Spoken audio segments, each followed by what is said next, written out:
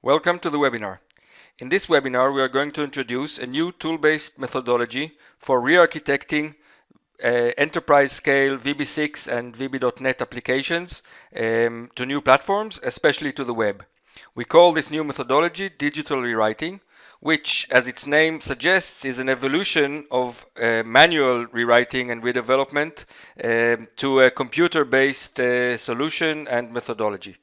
We will present it and compare it to a manual rewrite via the 10 top digital how-tos to re-architect applications to new web, mobile, and cloud platforms.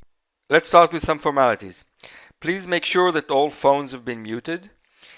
We will allow some time at the end of the webinar for your questions, so if you wish to place one, please do so using the panel to the right of your screen. There will be 4 two-question polls during the webinar. Poll results will be available on our website shortly after the webinar.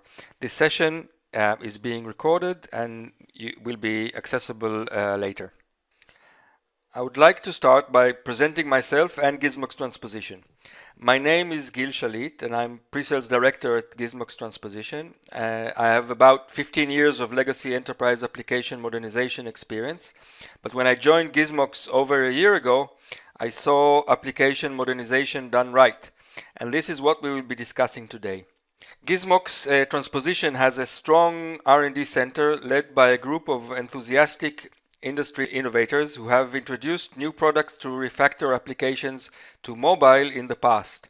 We have all experienced application modernization with traditional tools and found them insufficient for today's need to re-architect applications from old to new platforms. So we have developed Gizmox Transposition technology to overcome the shortcomings of those traditional solutions. We have a delivery center which is based on university graduates who are trained to operate Gizmox Transposition's technology and to support our partners. We are now in the process of scaling out to additional customers after the completion of some critical mission projects for Fortune 500 companies, and following a partnership with Microsoft to offer application re-architecting based on the Gizmox Transposition technology. So here is what we will be discussing today. We will be looking at the top 10 how-tos for a digital re-architecting of VB6 and VB.NET applications to an HTML5 based web application and cloud application. We will be looking at the results of such a rewrite. We will be talking about the speed and the quality of what comes out of this methodology. We will be looking at the application to complex real-world enterprise-scale application rewrite efforts. And we will be also offering some insights at getting started at a very low risk. So we will be arguing in this webinar that digital rewriting is the most efficient methodology to date for large systems to truly re-architect to a new platform. We will show how in 7 days we re-architected tens of thousands of lines of code into a cloud application with an HTML5 client and a mobile UI.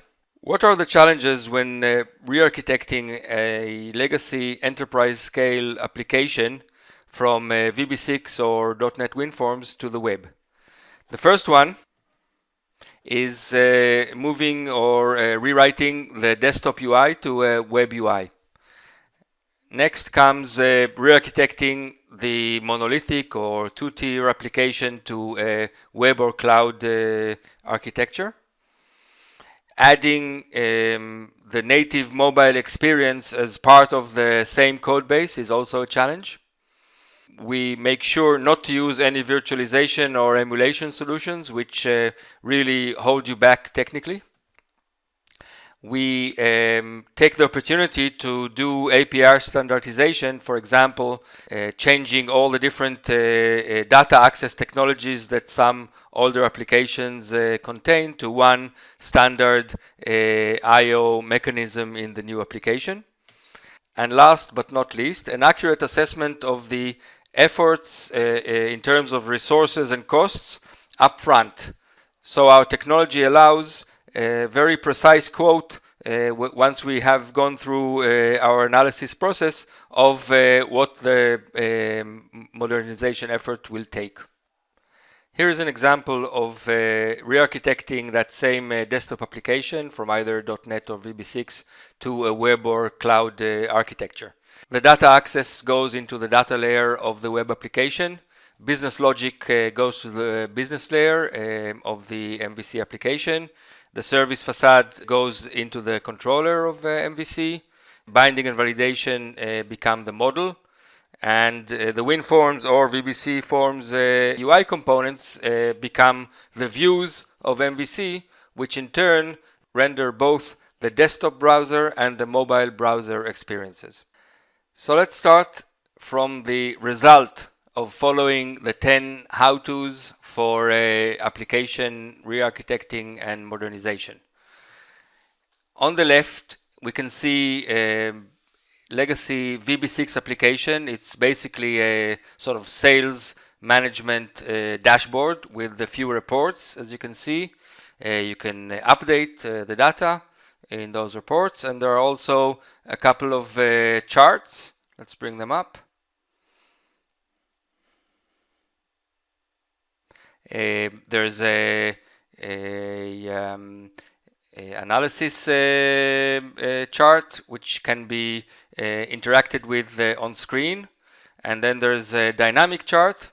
Let's just center it on screen, and you can see the data is being updated continuously from some sort of sensor. Now on the right, we'll see the result of re-architecting the application to the web. You can see the same application, a very similar UI, somewhat enhanced, running in a browser. You can see the same reports. And let's bring up the charts, the analysis chart, where you can interact with it on screen, rotate the chart. And let's bring up the dynamic chart.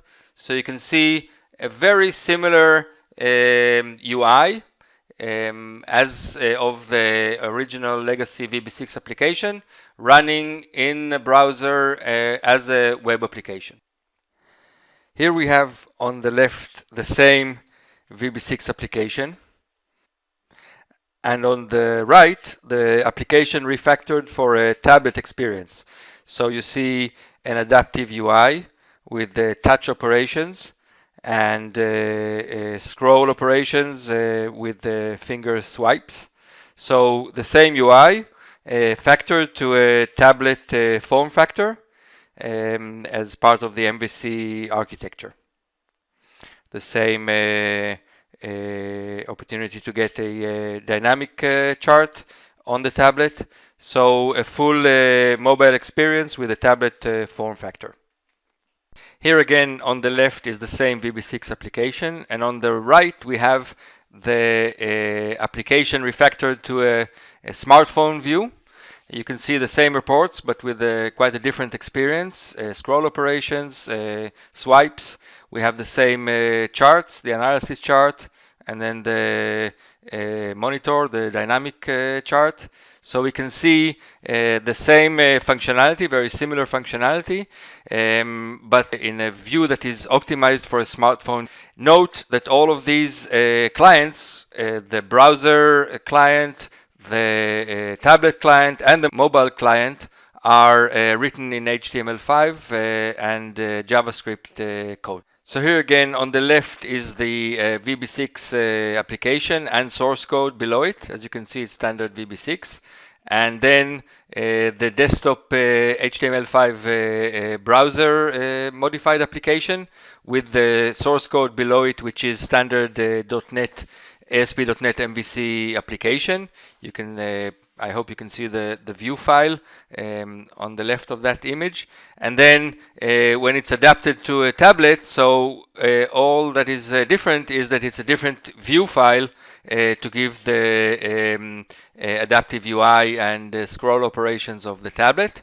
And then last on the right is the smartphone application or smartphone view, where all that is different is again another view file to give the mobile or smartphone experience, and we are using here the MVC framework to give the option for different form factor experiences with the same code base.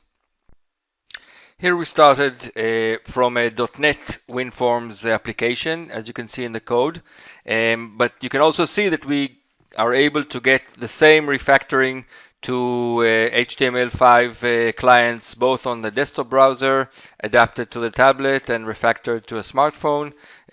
So the process is very similar if we go from VB6 or from a .NET WinForm solution. And here's the question.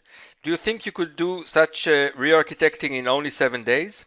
I would argue that only extracting the business logic and writing specifications would take much longer, let alone the actual application rewriting with the standard development tool. So let's see how we did it. Let's start with the 50,000 foot high overview of the digital rewrite methodology. We will then dive into how-tos of the digital rewrite versus manual rewrite. There are three major process components. Source application read and analyze, which is fully automatic. This component is also packaged as a standalone analyzer that you can freely download and run against your source application. The second component is a full-blown Visual Studio integrated IDE with tools for a software architect. I would like to emphasize the fact that the best driver of such a tool will be an experienced software architect that is able to communicate with the machine on the architectural level. We will review some of these re-architecting tools shortly. And the third component is the component that reassembles the application and generates the code for the new application. It is an automatic component as well. And now to the first how-to.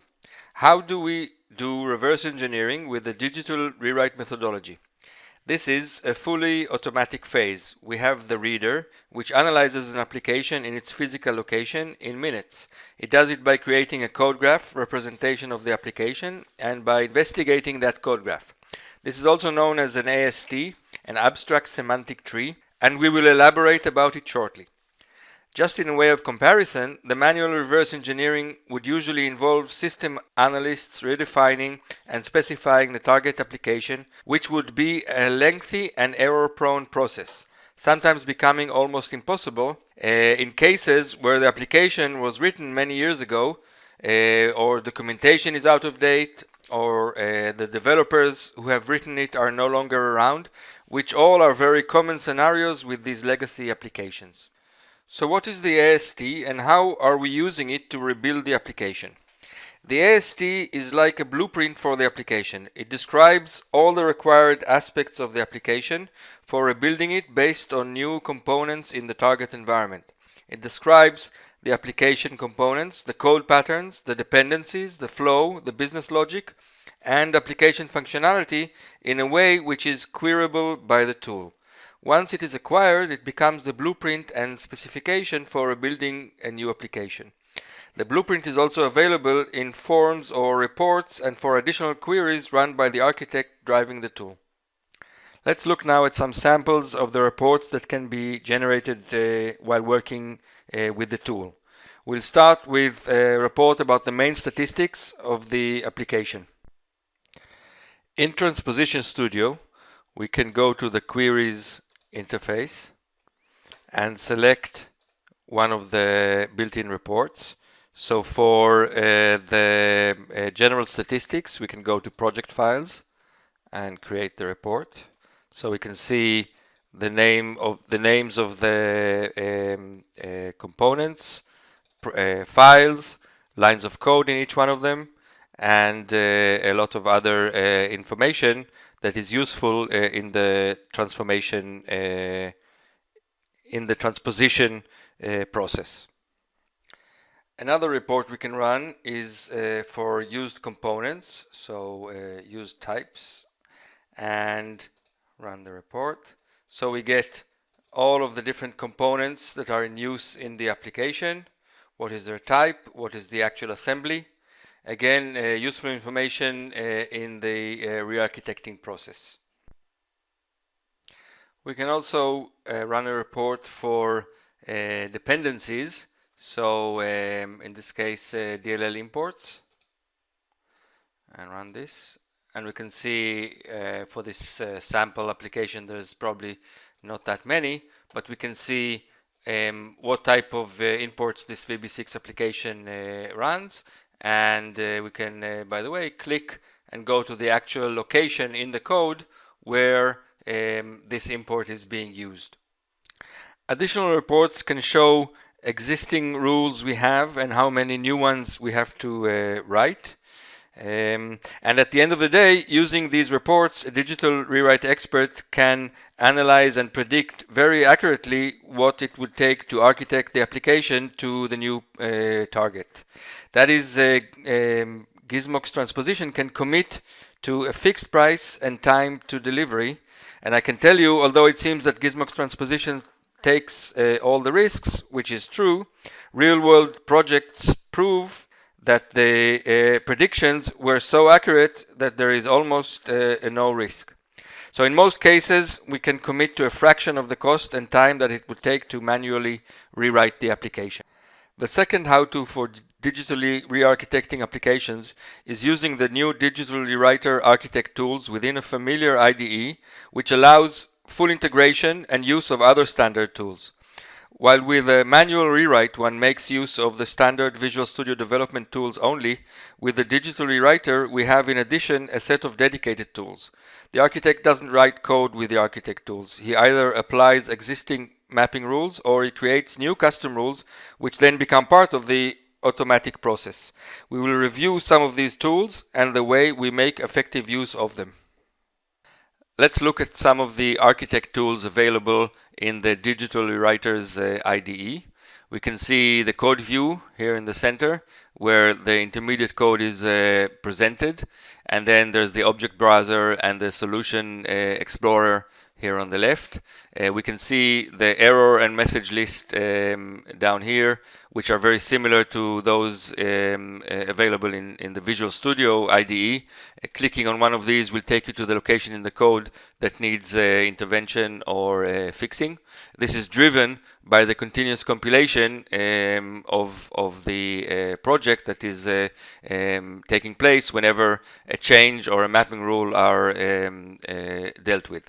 We can see the properties view here on the right, presenting all the information about a highlighted property or object in the code view.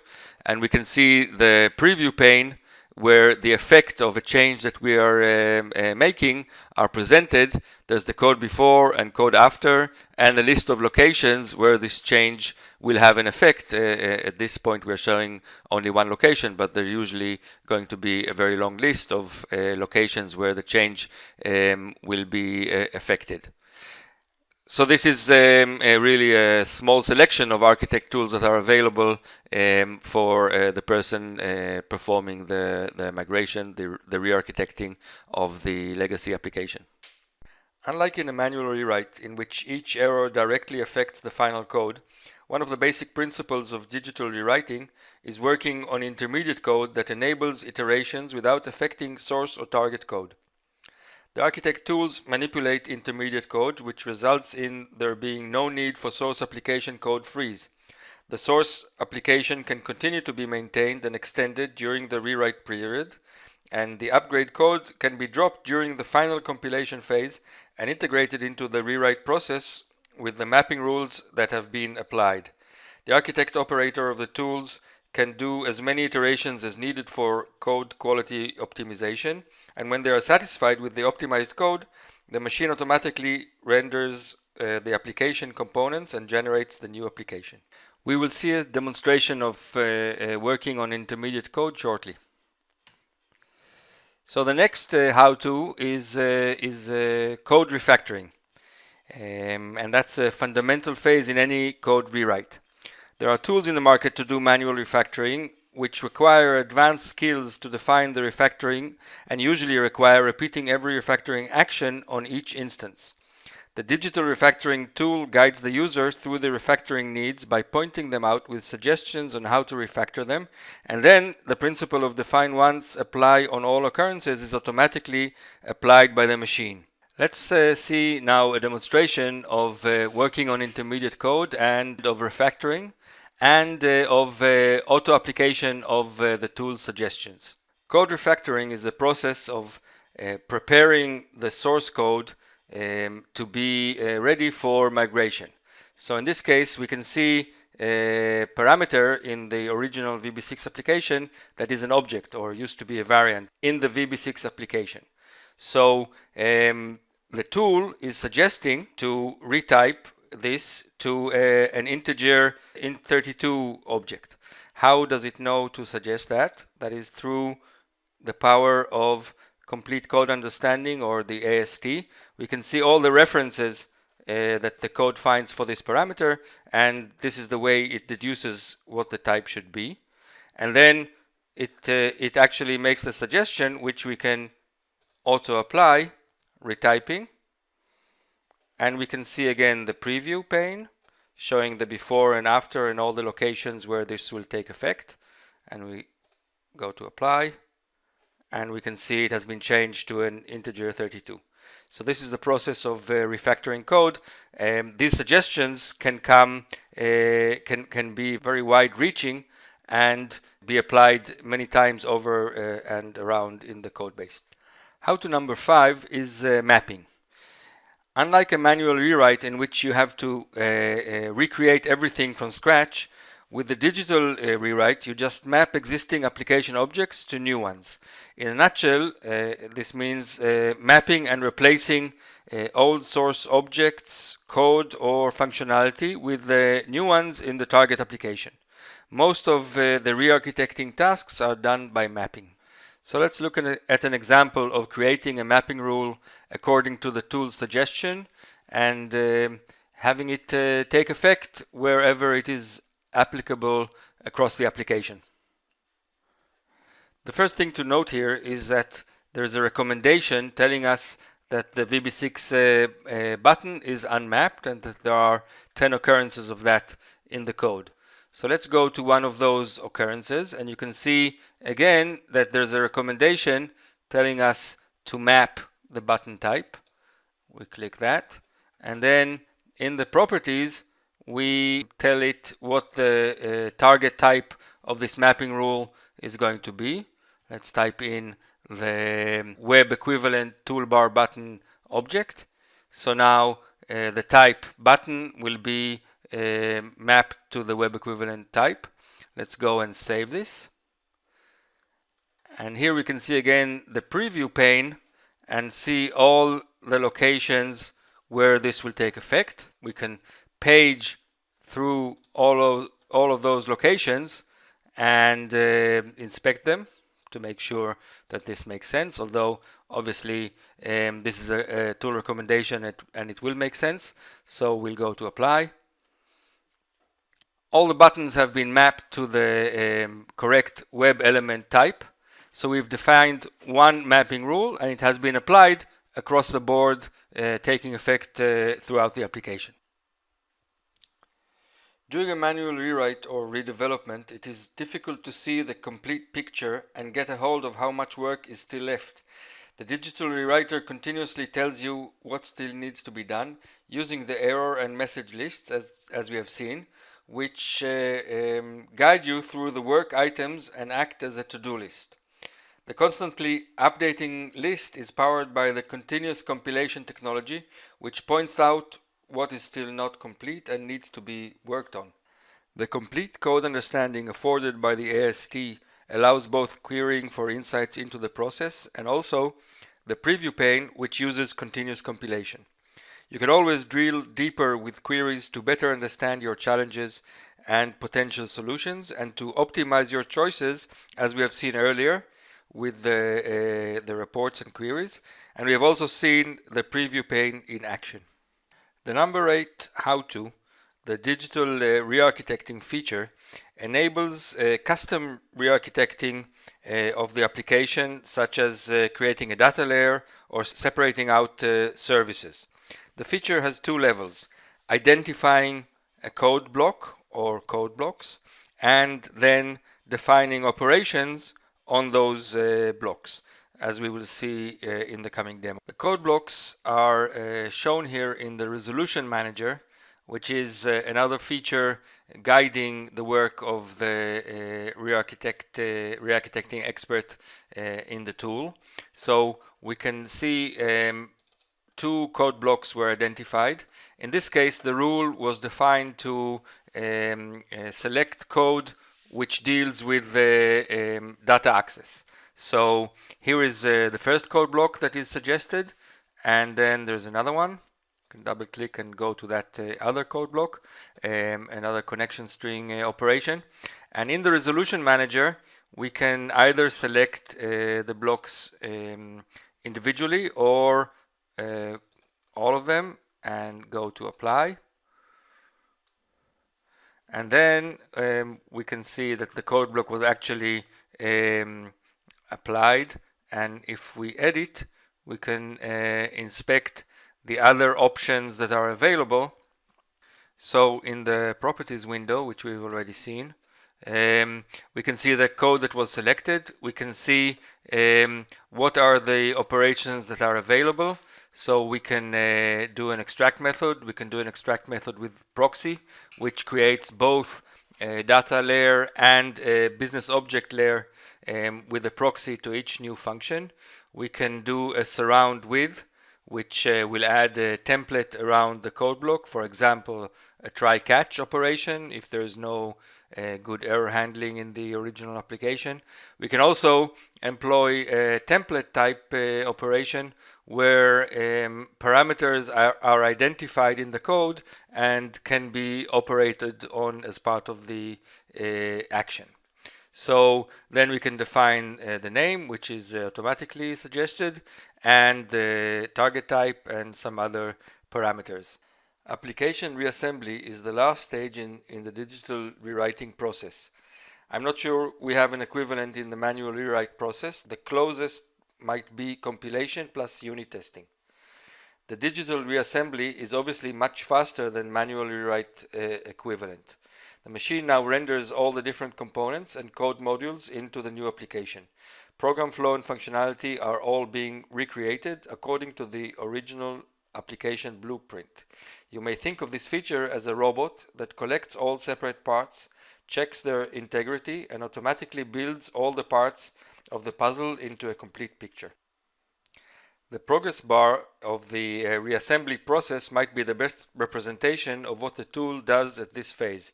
If you can read it, it reports what it does. It starts by loading the AST and then applying the refactoring rules, reconstructing the environment, applying the mapping rules, constructing code, translating, restructuring the components, and then rendering the complete application in its new form. Now to the fun part, QA, which is not usually considered as fun, but it might be if rewrite is done digitally. Real-world statistics show that while with a manual rewrite you start with an average of 50 bugs per 1,000 lines, or in more realistic figures, 50,000 bugs for each 100,000 lines, with the digital rewrite it would be 100 bugs for those same 100,000 lines. And most of these bugs will probably be addressable by refining rules with the same principle of define once and apply many, rather than manually fixing the same bugs across the application. A bonus with the digital rewriter is that we give you back the web forms designer to help you do the transition. A problem which many IT teams face when re-architecting from desktop applications to web-based applications is that the markup-based development is much more difficult than rapid application development methodologies of VB6 and .NET WinForm applications. To that end, we are bringing back the designer to assist in graphic-based application building and maintenance. So this is an add-on to Visual Studio which you can run and get both the design time preview and the source code view of MVC-based applications. An important feature of applications migrated with the digital rewriter is that they will contain security features at any level required by the specific use case. So rules can be written to modify current behaviors to new behaviors. Refactoring can be done to change older patterns to new patterns, and we can supply very high levels of security, again, to whichever specification that you may require. Let's now look briefly at a migration project we did for a Fortune 500 company, US based. The requirement was to go from a complex VB6 application to a .NET 4.5 based desktop application. Customers and users demanded new functionality and demanded the application to run on modern operating systems. The maintenance became complex on the old platform. One of the big challenges in this project was its complexity. There were around 450 separate VB6 projects in the application, around 800,000 lines of code, and there was a lot of interdependencies between those projects with the late binding of the objects with a lot of shared files. So there were massive code refactoring needs to optimize the application for the .NET environment. What we utilized in the set of architect tools to get around these challenges was circular reference resolution performed by the tool. There was shared file treatment also done by suggestions in the tool. And additionally, we also applied renaming changes to many of the parameters in the application. Finally, dead code removal, which was a big issue in this application. The digital rewriting part of the application migration took about 8 months. In parallel, there are a few tasks going on which are actually still undergoing. QA was performed by shared teams. The resulting migrated application has very high performance and is deployed on Windows 8. Once a decision to modernize has been taken and the target of the modernization is well defined, it is time to build and validate a business case for choosing one of their modernization alternatives. How do you do it? Well, the first and most important step with any alternative is to assess upfront what are the implementation aspects in terms of resources, budgets, and time to value, and what is the value and expected life cycle. Those are the most important factors in analyzing the target ROI. Considering a manual rewrite, the long and complex reverse engineering or specs extraction is an important consideration and risk factor, of course. The concern in most cases would be around the question of how accurate an upfront assessment of a manual rewrite effort can be. We have discussed some of the visibility and predictability challenges with regard to modernization alternatives, and I would like to refer to actual accumulating experience with application modernization that we have done, and we can say that anything above 70% predictability is a revolution in the space. Looking at our statistics, the predictability level of the analyzer is much higher, above 95%, meaning that we are able to analyze the source application thoroughly enough and identify gaps to target, avoiding bad surprises. The analysis is free. You may download the digital analyzer from our website and run it on your application. The report it generates will be valuable even in the unlikely event that you decide to pursue other alternatives like a manual rewrite. So this is what we recommend as getting started step towards building a business case. There's a lot of additional investigation that a Gizmox digital rewrite expert can do on the analyzer's findings. As we have demonstrated, once the source application AST is acquired by the analyzer, we can further drill down into any aspect of the source application, looking at the application components and dependencies and the application functionality. This deeper analysis will result in an accurate digital rewrite planning and time to market estimation, but it might require a digital rewrite expert that is offered as a service by Gizmox. The output of this phase will be a fixed resource and cost estimation that can be turned into a quote under which Gizmox owns the risk. This kind of estimation should be the basic input for each modernization alternative as a fundamental step in building a solid business case. Once this phase is completed, you will have the required data points to compare the alternatives. Your resources, cost and time to market estimations will result in an assessment of the value that you expect to achieve as concrete factors that you can now compare. Compare your alternatives, assess their life cycle and weigh them against other alternatives. A final step that we recommend is building a proof of concept to validate some of the basic assumptions and promises that each alternative contains. With manual rewrite, you might want to refer to this phase as a pilot. It is not trivial. It could prove to be a serious challenge that might take too long for a POC, and you could end up investing much more than you planned to, both in terms of resources and in time. You must consider carefully if it is at all feasible. Yet the beauty of some of the alternatives is exactly here in the proof of concept ability, the ability to quickly POC without getting into too much of an investment upfront and before you are really set on the specific alternative. Digital rewrite methodology is one of those easy and quick to POC. The common practice is to choose a self-compiling module of the application and do a POC. You will not have to guess or bet on promises. You will be able to run, see and test each aspect of the POC module. And it is quick, sometimes a matter of a couple of days. To conclude, I would say that building a business case might be the most educated decision-making process you can make. You have the facts tested and proven in front of you, and you can decide based on realistic comparison of business cases. Gizmox is happy to help and support you in the process. So get started.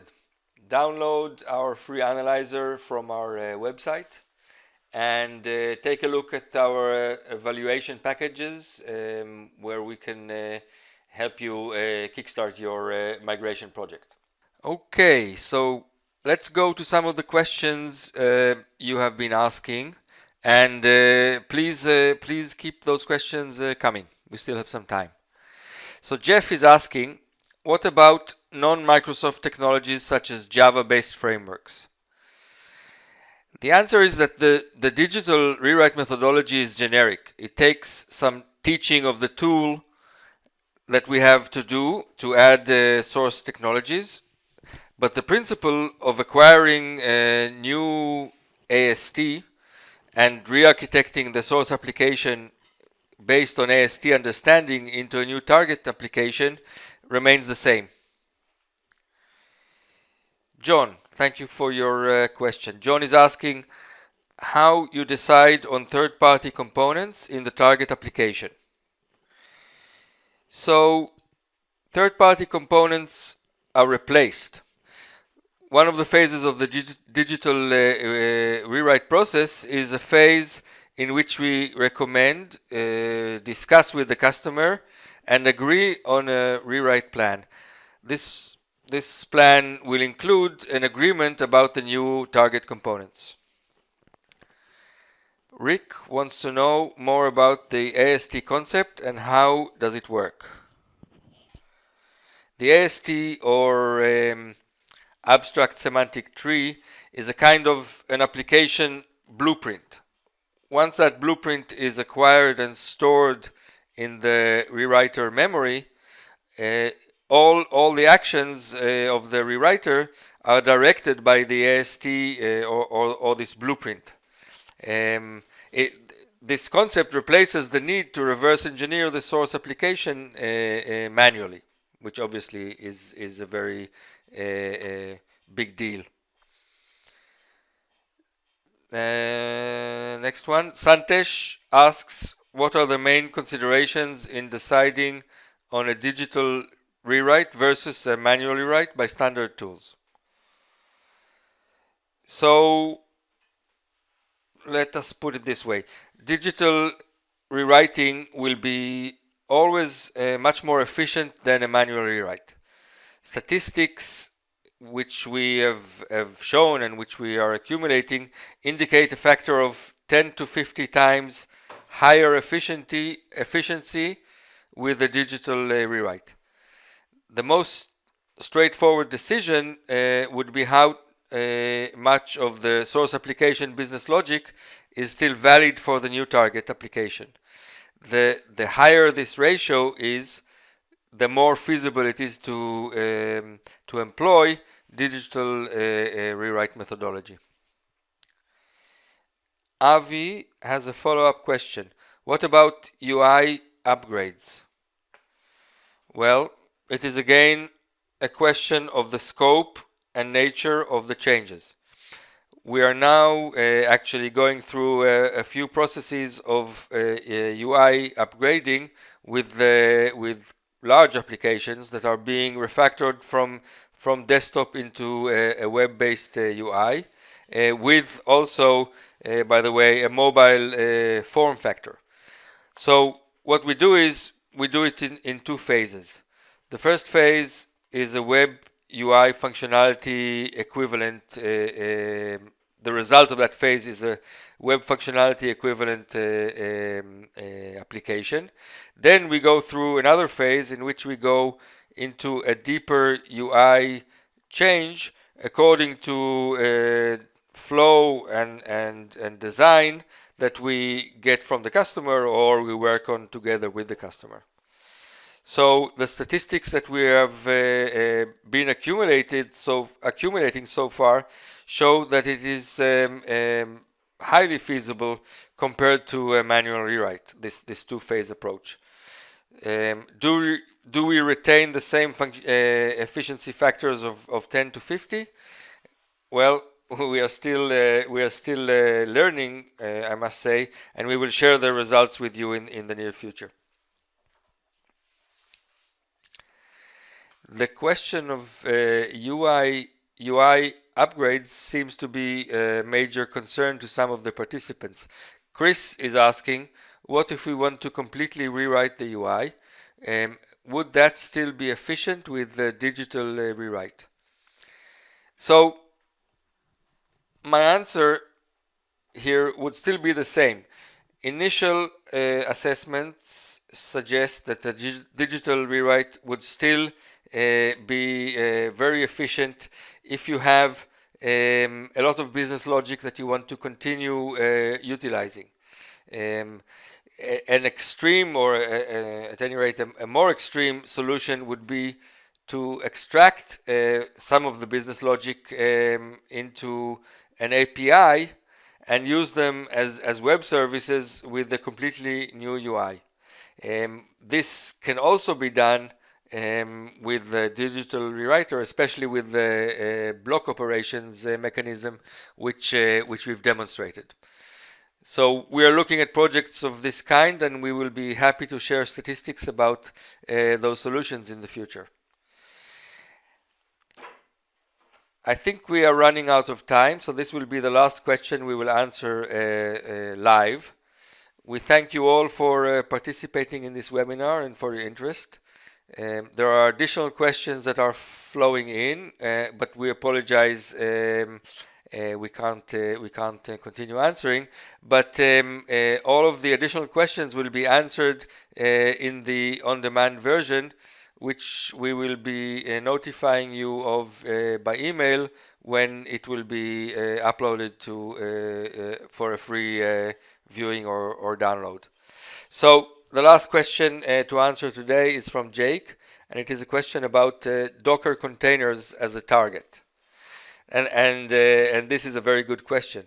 Containers seem to be a new paradigm shift that is attracting a lot of attention. And I can say that we are in the process of learning this specific use case, and what kind of re-architecting is needed. We believe that we will be able to support the re-architecting of applications into microservices for containers, and we will announce this new support when it is ready. Thank you all for your participation and interest.